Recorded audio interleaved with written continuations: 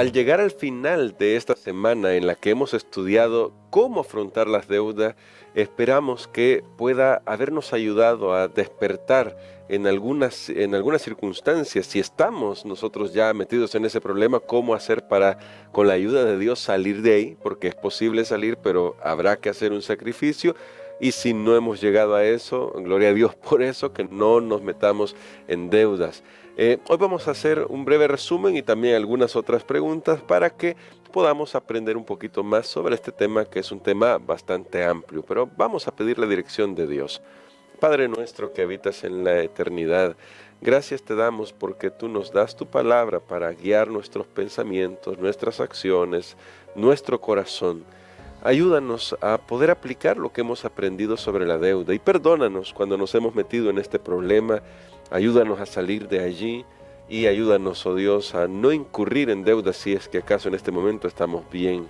En tu mano de amor nos encomendamos por Jesús. Amén. Esta semana, pastor, ha sido claro el tema sobre el hecho de que no deberíamos incurrir en deudas, en especial si no son nuestras. Eso es más claro todavía. Ser fiador, dijimos eso, la Biblia lo descalifica por completo. No podemos ser fiadores, no debemos ser fiadores.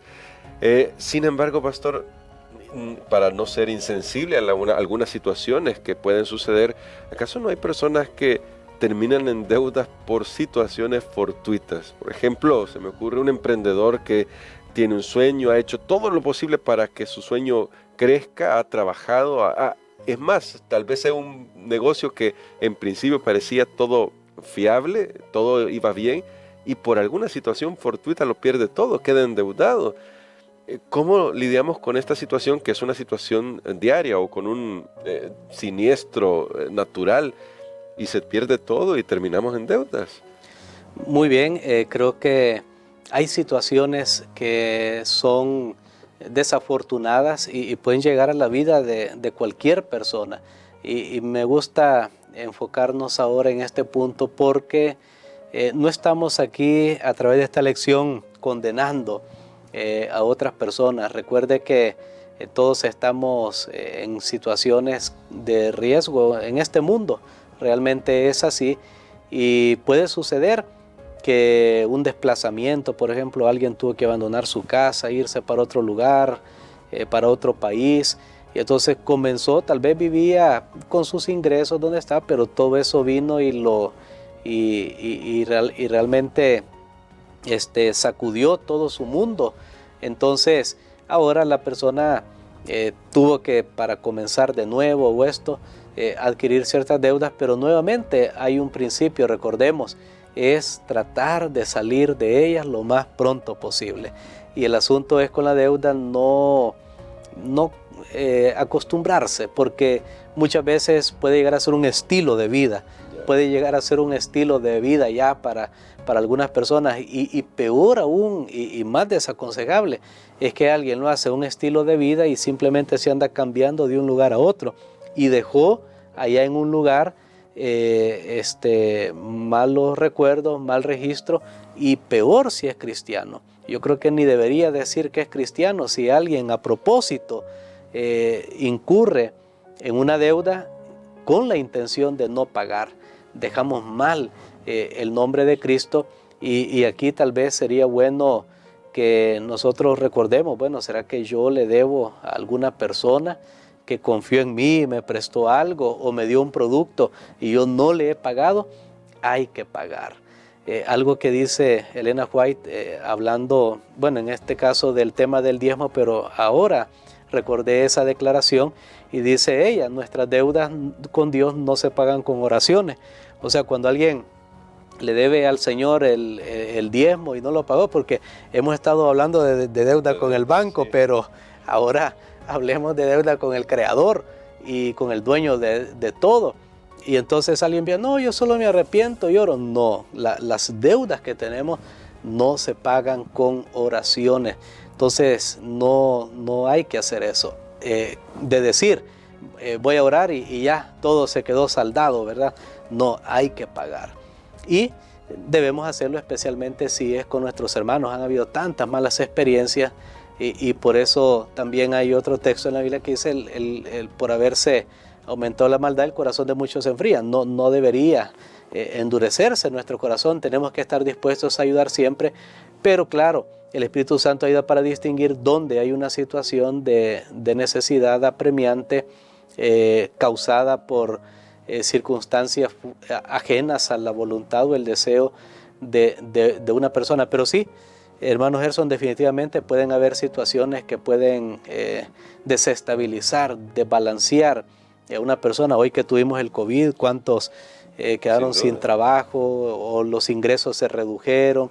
Y de repente pues eso vino a desbalancear, pero volvemos a repetir, hay que tratar de salir lo más pronto de eso. Y usted mencionaba un caso bien especial que es, por ejemplo, el de un emprendedor y de repente pierde todo. Yo le doy un consejo. Bueno, nosotros aquí estudiamos la palabra de Dios y Dios da la sabiduría para que uno también pueda averiguar, pueda consultar con las personas que ya son expertas en ese medio. Yo le doy un consejo: usted se va a meter a emprender y todo, asesórese bien antes para nunca poner, porque yo puse un ejemplo ayer, su casa donde usted vive, nunca la ponga de garantía de nada para nunca perder todo.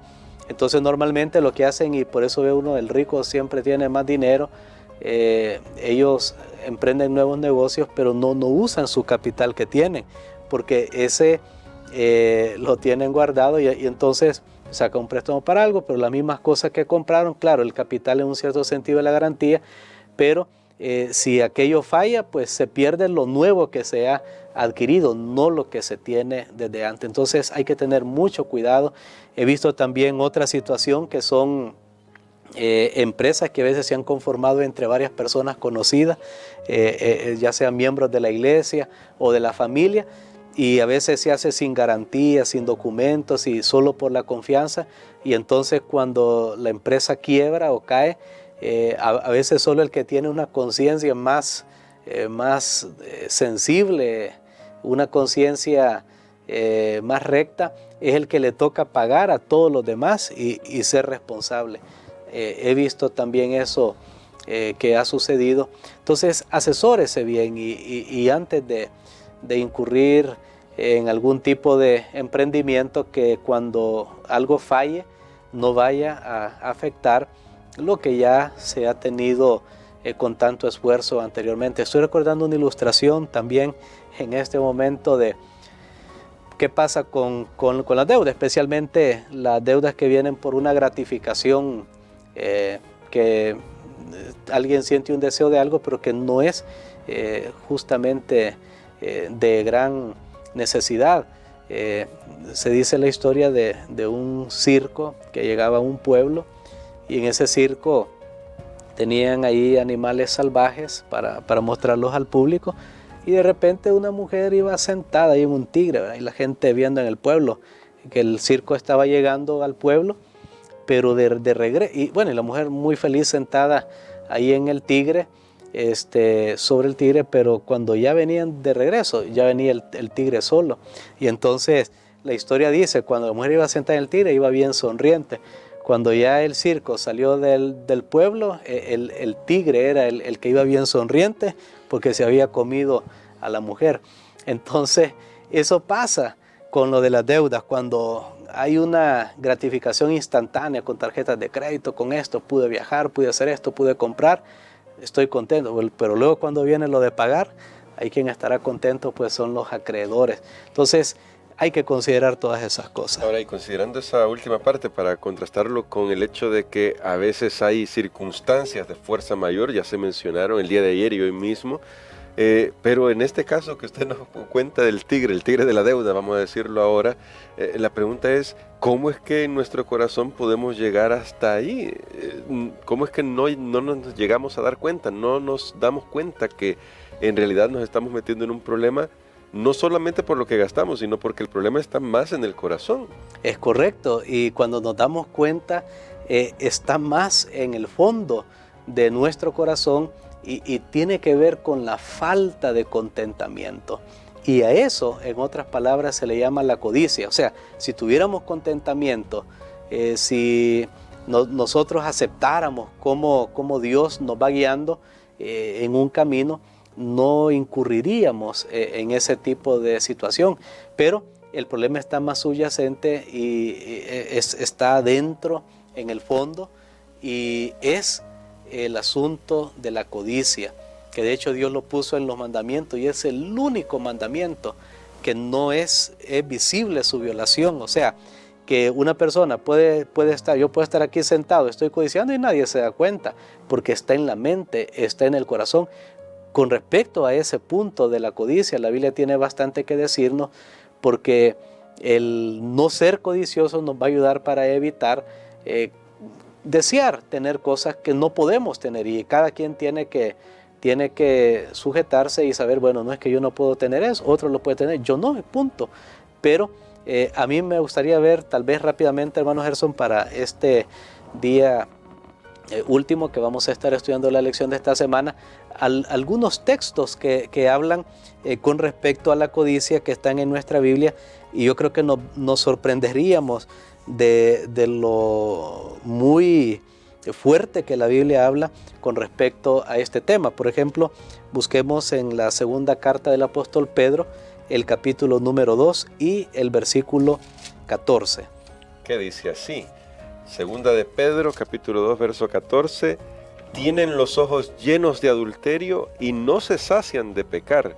Seducen a los inconstantes. Tienen el corazón ejercitado en codicias y son hijos de maldición. A mí me llama la atención que la codicia se pone a la par de pecados gruesos. Sí. Y dice que están habituados. La palabra que usa ahí el apóstol Pedro es entrenado a la codicia. Eso de no satisfacerse uno nunca es peligroso. Entrenado a la codicia. Notemos eso. Lo mismo lo decía el sabio Salomón en Eclesiastés capítulo 5 y el versículo número 10. Eclesiastés capítulo 5 y el versículo número 10. Que dice: el que ama el dinero no se saciará de dinero. El que ama el mucho tener no sacará fruto. También esto es vanidad. Nunca se satisface. Realmente la persona puede gastar y no tiene límite.